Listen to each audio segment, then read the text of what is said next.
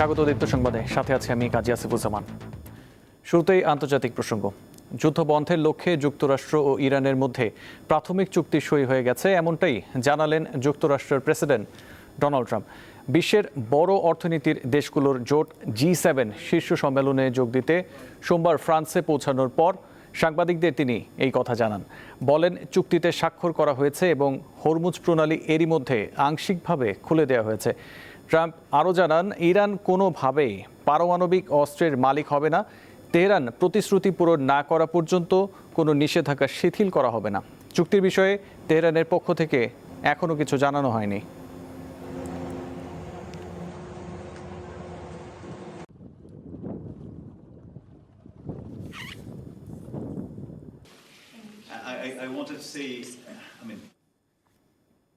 যুদ্ধবন্ধে Iran ও যুক্তরাষ্ট্রের মধ্যে শান্তি চুক্তির বিষয়ে আলোচনা করতে স্টুডিওতে রয়েছেন দীপ্ত টিভির আন্তর্জাতিক ডেস্কের সহকর্মী ইশরাত সুমা। ইশরাত, আপনাকে স্বাগত। আমরা জেনেছি ইতোমধ্যেই আনুষ্ঠানিকভাবে চুক্তি হওয়ার কথা রয়েছে শুক্রবারে, আর প্রাথমিক চুক্তি সই হয়ে গেছে। ইরান এই ব্যাপারে কিছু জানায়নি এখনো পর্যন্ত। এই ব্যাপারে আপনি কি বলতে যাচ্ছেন, কি হতে যাচ্ছে? প্রথমে আপনাকে একটু বলে রাখি যে গতকাল আমরা যতটুকু জানতে পেরেছিলাম যে ট্রাম্প, ইরান এবং পাকিস্তান থেকেই, তিন পক্ষ থেকেই কিন্তু জানানো হয়েছিল যে একটি চুক্তিতে তারা সম্মত হয়েছে এবং আনুষ্ঠানিকভাবে আগামী শুক্রবার দিন সুইজারল্যান্ডেই সেই চুক্তিটা আনুষ্ঠানিকভাবে সই হবে। এবং আজ আমরা যেটা গণমাধ্যমে দেখেছি যে G7 সম্মেলনের জন্য ট্রাম্প সুইজারল্যান্ডে পৌঁছেছেন এবং সেখানে যে তিনি বলেছেন যে সমঝোতা স্মারকে প্রাথমিকভাবে সই হয়ে গেছে এবং তারা আনুষ্ঠানিকভাবে কিন্তু শুক্রবারের সইটা শুক্রবার দিনই আছে, তবে সেটা হচ্ছে গিয়ে প্রাথমিকভাবে একটা সমঝোতা স্মারকে তারা সই করে ফেলেছেন এবং এই শুক্রবারের আগে বা শুক্রবারের পরে যে কোনো সময় বিস্তারিত নথি তারা প্রকাশ করবেন, এই বিষয়টি বলছেন। এবং ট্রাম্প যেটা বলছেন যে নথি প্রকাশের বিষয়টি কি কি চুক্তি রয়েছে, আমরা যেমনটা গতকাল দেখেছিলাম যে চুক্তি সইয়ের কথা, তিন পক্ষ চুক্তিতে সম্মত হওয়ার কথা এবং আনুষ্ঠানিকভাবে সইয়ের কথা, যে তিন পক্ষ কিন্তু নিশ্চিত করলেও চুক্তিতে কি বিষয়গুলো রয়েছে, কি শর্তগুলো রয়েছে, এটা কিন্তু কোনো পক্ষই এখন পর্যন্ত বিস্তারিত জানায়নি। গণমাধ্যমের বরাতে আমরা যতটুকু জানতে পেরেছি, যেমন বিভিন্ন রয়টার্স বা বিবিসি, বিভিন্ন কর্মকর্তার সূত্রে তারা যা জানতে পেরেছে তারা সেটা দিয়েছে। তো ট্রাম্প আজকে আবার তিনি বলেছেন যে ইরান কোনোভাবেই পারমাণবিক কর্মসূচি বা পারমাণবিক তারা অর্জন করতে পারবে না, পারমাণবিক অস্ত্র অর্জন করতে পারবে না বা বানাতে পারবে না। কিন্তু আমরা গতকাল গণমাধ্যমে যেটা দেখেছিলাম যে বিভিন্ন রয়টার্স বা বিভিন্ন গণমাধ্যমে যেটা এসেছিল যে মার্কিন কর্মকর্তা বা ইরানের কর্মকর্তার বরাতে তারা যেটা বলেছিল যে পারমাণবিক নিয়ে এখনো কোনো আলোচনা হয়নি, 60 দিন পর গিয়ে পারমাণবিক নিয়ে অথবা এই চুক্তিটা সই হওয়ার পর পারমাণবিক ইস্যুটা নিয়ে আলোচনা হবে। ট্রাম্প আবার বলছেন যে বিভিন্ন গণমাধ্যমে আমরা আজ যেটা দেখেছি যে ট্রাম্প বলছেন যে ইরান গিয়ে ক্ষতিপূরণের জন্য $300 বিলিয়ন মানে যেটা গিয়ে যুক্তরাষ্ট্র এবং তাদের কাছ থেকে নিয়েছে। ট্রাম্প কিন্তু এই বিষয়টাকে ভুয়া বলে উড়িয়ে দিচ্ছে। তো আসলে আমাদের এখন যেটা গিয়ে ট্রাম্প বিস্তারিত নথি প্রকাশ করা না পর্যন্ত, শুক্রবার দিন আনুষ্ঠানিকভাবে সই হওয়া না পর্যন্ত চুক্তির ব্যাপারে কিছু বলা যাচ্ছে না।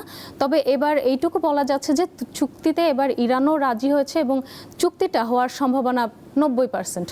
আচ্ছা, পরবর্তী প্রশ্ন একটি করতে চাই আমি। ইসরায়েল তো চুক্তির ব্যাপারে নাখোশ, এই চুক্তিটা হলেও কতটা স্থায়ী হতে পারে? এই চুক্তি ইরান যুক্তরাষ্ট্র দুই পক্ষই কিন্তু গিয়ে চুক্তির জন্য রাজি এবং সবথেকে বড় সমস্যা, মাথা ব্যথা ইসরায়েল এই চুক্তির জন্য। এবং আমরা যতটুকু গণমাধ্যমে দেখেছি যে গতকাল যখন ট্রাম্প চুক্তির কথা প্রকাশ করলেন গণমাধ্যমে বা তার ট্রুথ সোশ্যালে, সেখানে প্রকাশ করার পর সাথে সাথে কিন্তু ইসরায়েলের গণমাধ্যম বেশ সরব হয়ে উঠেছিল। তারা ট্রাম্পের কড়া সমালোচনা করেছিল যে ইসরায়েলকে বাদ দিয়ে কিভাবে ট্রাম্প এই চুক্তিটা করেন এবং এই ইসরায়েল কিন্তু বেশ নাখোশ।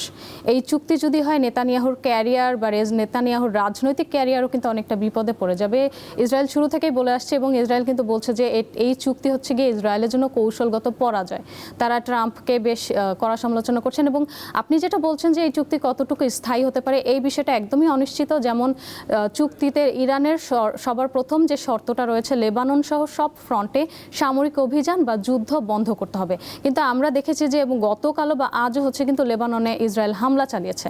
সুতরাং এখানে কিন্তু ইসরায়েল হামলা চালাতে থাকবে এবং নেতানিয়াহু কিন্তু গণমাধ্যমে বারবার বলে এসছে এবং আজকেও বলেছে যে লেবাননে তারা যেই জায়গাটুকু দখল করেছে তারা সেটা ছাড়বে না। অর্থাৎ ইসরায়েলের প্রতিটি পদক্ষেপের কারণে এই চুক্তিটা এখনো অনিশ্চিত এবং এটা স্থায়ী হবে কিনা বা আনুষ্ঠানিকভাবে সই হবে কিনা এটা এখনই বলা যাচ্ছে না। আমরা জানতে পেরেছি ট্রাম্প যেটা বলেছেন হরমুজ প্রণালী আংশিক খুলে দেওয়া হয়েছে। এই ব্যাপারে ইরানের পক্ষ থেকে কি জানানো হয়েছে? ইরানের পক্ষ থেকে এখনো হরমুজ প্রণালী খুলে দেয়া বা ট্রাম্প আজকে যেটা দাবি করলেন যে প্রাথমিক সই হয়ে গেছে, এখনো এই বিষয়ে কোনো তথ্য জানানো হয়নি বা কিছু বলা হয়নি। ইরান কিছু বলেনি। তবে ট্রাম্প যেটা বলেছেন যে হরমুজ প্রণালী আংশিক খুলে দেওয়া হয়েছে, শুক্রবার নাগাদ এটা সম্পূর্ণ খুলে দেওয়া হবে। এবং আমরা যেটা গণমাধ্যমে দেখেছি যে রয়টার্স যেটা জানাচ্ছে যে তারা মার্কিন এক কর্মকর্তার বরাতে বলছে যে হরমুজ প্রণালী আংশিক খুলে দেওয়া হয়েছে এবং এটা সত্যি, এবং জাহাজের চলাচল শুরু হওয়ার প্রস্তুতি নেওয়া হচ্ছে। হরমুজ প্রণালী হচ্ছে বৈশ্বিক জলপথের একটা বৈশ্বিক যে সামুদ্রিক রুটের একটি গুরুত্বপূর্ণ রুট। এখান থেকে আমাদের দক্ষিণ এশিয়া বা আমাদের এশিয়াতে অনেক প্রচুর আমাদের 20 ভাগের বেশি তেল সরবরাহ হয়। এখন জাহাজ চাইলেই কিন্তু সাথে সাথেই করতে পারে না, অনেক দিন ধরে জাহাজগুলো অপেক্ষা করছিল। এখন আমরা যদি বলি যে হরমুজ প্রণালী আজ আংশিক খুলে দেওয়া হচ্ছে, কালকের মধ্যে স্বাভাবিক হয়ে যাবে, এটা কিন্তু হবে না। 2 সপ্তাহের মধ্যে দেখা যাবে যে উল্লেখযোগ্য জাহাজের চলাচল বেড়েছে এবং পরবর্তী 1 মাসের মধ্যে আমরা দেখব যে হরমুজ প্রণালী পুনরায় স্বাভাবিক হয়ে গেছে। এটা যে মার্কিন কর্মকর্তা তিনি নিজের মুখে এই কথা বলেছেন। তবে এখন দেখার বিষয় যে আসলে কতটুকু হরমুজ প্রণালী খুলে দেওয়া হয়েছে, কারণ ট্রাম্প অনেক সময় অনেক কিছু দাবি করেন, দেখা যায় যে পরবর্তীতে সেটা হয় না। এখন আসলে দেখার বিষয় যে হরমুজ প্রণালী কতটুকু খুলে দেওয়া হয়েছে, তেলের বাজার কতটুকু স্বাভাবিক হবে। জি, আর একটু জানাবেন, পাকিস্তানের মধ্যস্থতায় এই চুক্তিটা হতে যাচ্ছে, এর ফলে কি পাকিস্তান, বাংলাদেশ, ইন্ডিয়া যে দেশগুলো আছে এর কি প্রভাব হতে পারে? এখানে আসলে পাকিস্তান যে ওয়েস্ট এশিয়ার মধ্যে পাকিস্তান কিন্তু এখন বেশ একটি গুরুত্বপূর্ণ ভূমিকা পালন করছে। কারণ এই যুদ্ধটা, এই যে ওয়েস্ট এশিয়াতে ইরান যুক্তরাষ্ট্র ইসরায়েলের এই যুদ্ধটা কিন্তু শুধু ওয়েস্ট এশিয়াতে প্রভাব ফেলছে না, পুরো বিশ্বের মধ্যে, এবং বিশেষ করে আমাদের এশিয়ার দিকে যে তেলের কারণে বেশ প্রভাব ফেলছে। তো পাকিস্তান যেহেতু মধ্যস্থতা করছে, পাকিস্তানের ওয়েস্ট এশিয়াতে পাকিস্তানের একটা প্রভাব বেড়েছে। আমি মনে করি না পাকিস্তানের এই মধ্যস্থতার কারণে ভারত বাংলাদেশ পাকিস্তানে আসলে সম্পর্কে বা কোনো কিছুতে প্রভাব পড়বে। যেভাবে আমাদের প্রতিবেশী দেশগুলোর সাথে সম্পর্ক রয়েছে সেভাবেই সম্পর্কটা এগিয়ে যাবে। জি, আশা করছি শুক্রবারের চুক্তিটি যে ঠিকভাবেই হবে, আনুষ্ঠানিক চুক্তি হবার কথা আছে। ইশরাত, আপনাকে অসংখ্য ধন্যবাদ। আপনাকেও ধন্যবাদ। শিশু রামিসা ধর্ষণ হত্যার দায়ে মৃত্যুদণ্ডপ্রাপ্ত আসামি সোহেল রানা ও তার স্ত্রী স্বপ্না আক্তারের মৃত্যুদণ্ড অনুমোদন এবং আসামিদের জেল আপিল শুনানির জন্য পেপার বুক প্রস্তুত করা হয়েছে। যে কোনো দিন হাইকোর্টের বিশেষ বেঞ্চে শুনানি শুরু হবে। আজ সুপ্রিম কোর্টের প্রশাসন বিষয়টি নিশ্চিত করেছে।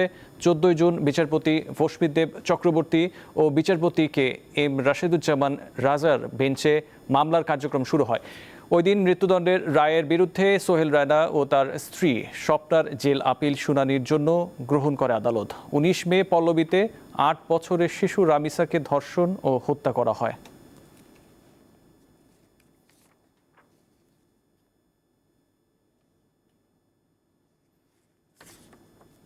হবিগঞ্জের বাহুবলে কবরস্থানের রাস্তা নিয়ে 2 দল গ্রামবাসীর মধ্যে দফায় দফায় সংঘর্ষ হয়েছে। এতে 2 জন নিহত ও অন্তত 50 জন আহত হয়েছে। সোমবার সন্ধ্যায় দুবাই বাজারে দেশীয় অস্ত্রশস্ত্র দিয়ে সংঘর্ষে জড়ায় তারা। পুলিশ ও স্থানীয়রা জানায়, দীর্ঘদিন ধরে আদিত্যপুর ও আবদাফুজদা গ্রামের বাসিন্দাদের মধ্যে কবরস্থানের রাস্তা নিয়ে বিরোধ চলছে। এরই জেরে গতকাল সংঘর্ষে জড়ায় তারা। খবর পেয়ে বাহুবল থানার পুলিশ ঘটনাস্থলে ছুটে যায় এবং পরিস্থিতি নিয়ন্ত্রণ করে।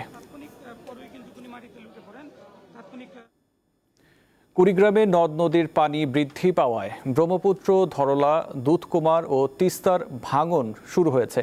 ফলে বিলীন হচ্ছে ঘরবাড়ি, ফসলি জমি ও বিভিন্ন স্থাপনা।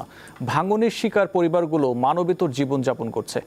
আর ভাঙন আতঙ্কে আছে নদী পাড়ের হাজারো মানুষ। ব্রহ্মপুত্র, ধরলা, দুধকুমার ও তিস্তার ভাঙনে বিলীন হচ্ছে কুড়িগ্রামের উলিপুর উপজেলার মোল্লারহাট, রসুলপুর, কুড়িগ্রাম সদরের যাত্রাপুর, ভুরুঙ্গামারী, রাজারহাট, রৌমারী ও রাজীবপুর উপজেলার বিস্তীর্ণ এলাকা। গত কয়েকদিনে এসব এলাকায় নদীগর্ভে গেছে শতাধিক ঘরবাড়ি, আবাদি জমিসহ গাছপালা। হুমকির মুখে পড়েছে কাঁচা পাকা সড়ক ও বিভিন্ন স্থাপনা। আমরা খুব কষ্টে আছি, জায়গা জমিন কোনোটাই নাই, বাড়ি করার জায়গা নাই, বাচ্চা কোচা সব ভাসি যায়। এবার যদি আমাদের বাড়ি ঘর ভাঙে তাহলে যাওয়ার মতো কোনো ঠাঁই নাই। 2 বের 3 বের 4 বের করে বাড়ি ভাঙলো, এরা মানুষের কাছে যে আসি আমরা, খুব অবস্থা খারাপ। নদীর কোনো কাজ হচ্ছে না, আমরা কই যাব, অসহায়ের মতো আমরা কান্নায় ঝরে পড়তেছি। ভাঙন কবলিত মানুষজন তাদের ঘরবাড়ি সরিয়ে নিচ্ছেন। অনেকে জায়গা না থাকায় অন্যের বাড়িতে কিংবা খোলা আকাশের নিচে আশ্রয় নিয়ে মানবেতর জীবনযাপন করছেন। আলছি ওইদিকে আগত বাড়ি ছিল, এখন এই পারে আলছি, এখন এখানেও বাড়ি থাকবেন নাই। যেখানে নদী ভাঙর কাজ সেখানে না করিয়ে অন্যখানে কাজ করে। এমপি এবং এখানকার মেম্বার চেয়ারম্যান আছে, তাকে জানাছি, তারা আসি দেখি গেছে, তারা আশ্বাস দিছে এখানে জিও ব্যাগ দেওয়ার জন্যে, তারা এখনো দেয় নাই। 30টি পয়েন্টে নদ নদীর ভাঙনের কথা স্বীকার করে প্রয়োজনীয় ব্যবস্থা নেওয়ার কথা জানিয়েছে পানি উন্নয়ন বোর্ড। আমাদের প্রায় 30টি পয়েন্টে এই পর্যন্ত আমাদের কাছে যে তথ্য আছে ভাঙনের কবলে রয়েছে, এর মধ্যে আমরা 11টি স্থানে জরুরি ভিত্তিতে জিও ব্যাগ দ্বারা কাজ বাস্তবায়ন শুরু করে দিয়েছি। বাকিগুলো অবজারভেশনে রেখেছি, আমরা প্রয়োজনে সেখানেও ব্যবস্থা নেব। ভাঙন থেকে নদীর পার রক্ষা করা গেলে সম্পদের ক্ষতি যেমন কমবে, তেমনি সরকারি বেসরকারি স্থাপনাও রক্ষা পাবে, এমন কথাই বলছেন নদী পাড়ের মানুষজন। সাদিয়া চৌধুরী, দীপ্ত, বার্তা কক্ষ। দেশের প্রাচীন রেল জংশনের একটি উত্তরবঙ্গের চাঁপাইনবাবগঞ্জের আমনুরা জংশন। তবে 96 বছরের পুরনো এই স্টেশনটিতে উন্নয়নের ছোঁয়া লাগেনি। নেই যাত্রী ছাউনি, টয়লেট ও পানির ব্যবস্থা। আমনুরা জংশন রেলওয়ে স্টেশন দেশের পুরনো জংশনগুলোর একটি। চাঁপাইনবাবগঞ্জ শহর থেকে প্রায় 9 কিলোমিটার দূরে এটির অবস্থান। 1930 সালে আবদুল্লাপুর আমনুরা ব্রডেজ এই লাইনটি চালু হয়। ওই সময় থেকেই আবদুল্লাপুর আমনুরা শাখা লাইনে সর্বশেষ স্টেশন ছিল আমনুরা রেলওয়ে জংশন স্টেশন। পরবর্তীতে এই স্টেশনকে ঘিরে জেলায় রেল যোগাযোগ সম্প্রসারিত হয়। তবে ঐতিহ্যবাহী এই স্টেশনে এখনও উন্নতির ছোঁয়া লাগেনি। খোলা আকাশের নিচে যাত্রীদের অপেক্ষা করতে হয় ট্রেনের জন্য। নেই খাবার পানি, এমনকি টয়লেটের ব্যবস্থাও। ব্রিটিশ আমল থেকে স্টেশনটা আছে, এসে এখানে অনেকে ভোগান্তিতে পড়া যাত্রী ছাউনি না থাকার কারণে। যেটা ছিল সেটা অবশ্য এখন পরিত্যক্ত অবস্থা পড়ে আছে। রেলের আওতায় 300 বিঘা জমি আছে। এইখানে বিগত দিনে 10টা ট্রেন আসতো, লোকাল ট্রেন।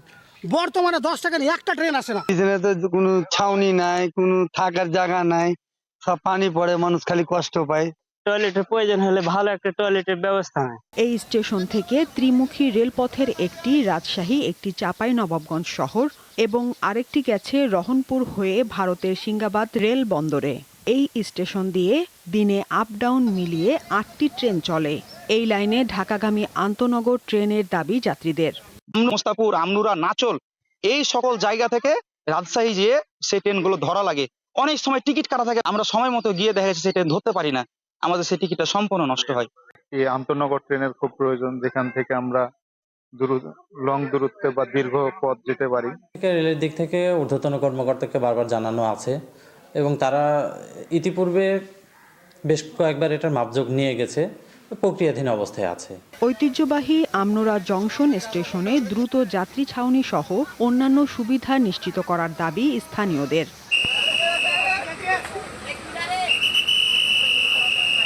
সাদিয়া চৌধুরী, দীপ্ত, বার্তা কক্ষ। বাড়ির আঙ্গিনায় রঙিন মাছের খামার গড়ে তুলেছেন দিনাজপুরের এক যুবক।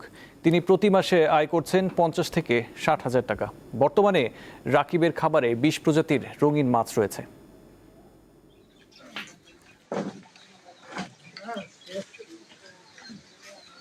সিমেন্ট, মাটি, পলিথিন ও বাঁশ দিয়ে বানানো চৌবাচ্চা। এসব চৌবাচ্চায় স্বচ্ছ পানিতে চাষ হচ্ছে রঙিন মাছ। বিশেষ কৌশলে মাছের অক্সিজেন সরবরাহ করা হয়। নিয়মিত খাবার দেওয়ায় বড় হচ্ছে মাছ, বাচ্চাও দিচ্ছে নিয়মিত। দিনাজপুরের ইয়াসিন আলী রাকিব, তিনি ইউটিউব দেখে রঙিন মাছ চাষ শুরু করেন। মাত্র 300 টাকায় 4টি গাপ্পি মাছ আর 50 টাকার খাবার দিয়ে শুরু করলেও এখন তার রয়েছে 45টি চৌবাচ্চা। এক পর্যায়ে বেসরকারি চাকরি ছেড়ে গড়ে তোলেন রঙিন মাছের খাবার। আজকে 4 বছরের পরিশ্রমে আজকে আমি একটি খামারে রূপান্তর করতে পেরেছি। প্রতি মান্থলি দেখা যাচ্ছে 50 থেকে 60 হাজার টাকার মাছ সেল হয়। এখান থেকে কিঞ্চিত খরচ আছে, খাওয়া খরচ, কারেন্ট খরচ, এইভাবে আমার চলছে আলহামদুলিল্লাহ। মনে করি যে অল্প খরচের মধ্যে এখান থেকে বেনিফিট পাওয়া ইজি। 20 প্রজাতির মাছ রয়েছে রাকিবের খামারে। খামার পরিচালনায় পরিবারের সদস্যরাও রাকিবের পাশে দাঁড়িয়েছেন। খাবার দেওয়া, পানি চেঞ্জ করা, মাছের কি রোগ হইলো না হলো সবকিছু, মানে এক কথায় সবকিছু আমাকে দেখতে লাগতো। বাবা মারা গেছে, তারপর থাকি না মনে করো এই যে অল্প দিয়ে একটা মাছ তৈরি করিয়া উদ্বোধন করিয়া বেচা কিনা করতে করতে করতে আল্লাহ দিলে হয়েছে। রাকিবের খামারের মাছ অনলাইনেও বিক্রি হচ্ছে। কামরুন নাহার, দীপ্ত, বার্তাকক্ষ। আবারও আন্তর্জাতিক প্রসঙ্গ। যুক্তরাষ্ট্রের ক্যালিফোর্নিয়ায় বিমান বাহিনীর একটি অত্যাধুনিক B-52 বোমারু বিমান বিধ্বস্ত হয়েছে। এতে বিমানটিতে থাকা 8 জন প্রাণ হারিয়েছে।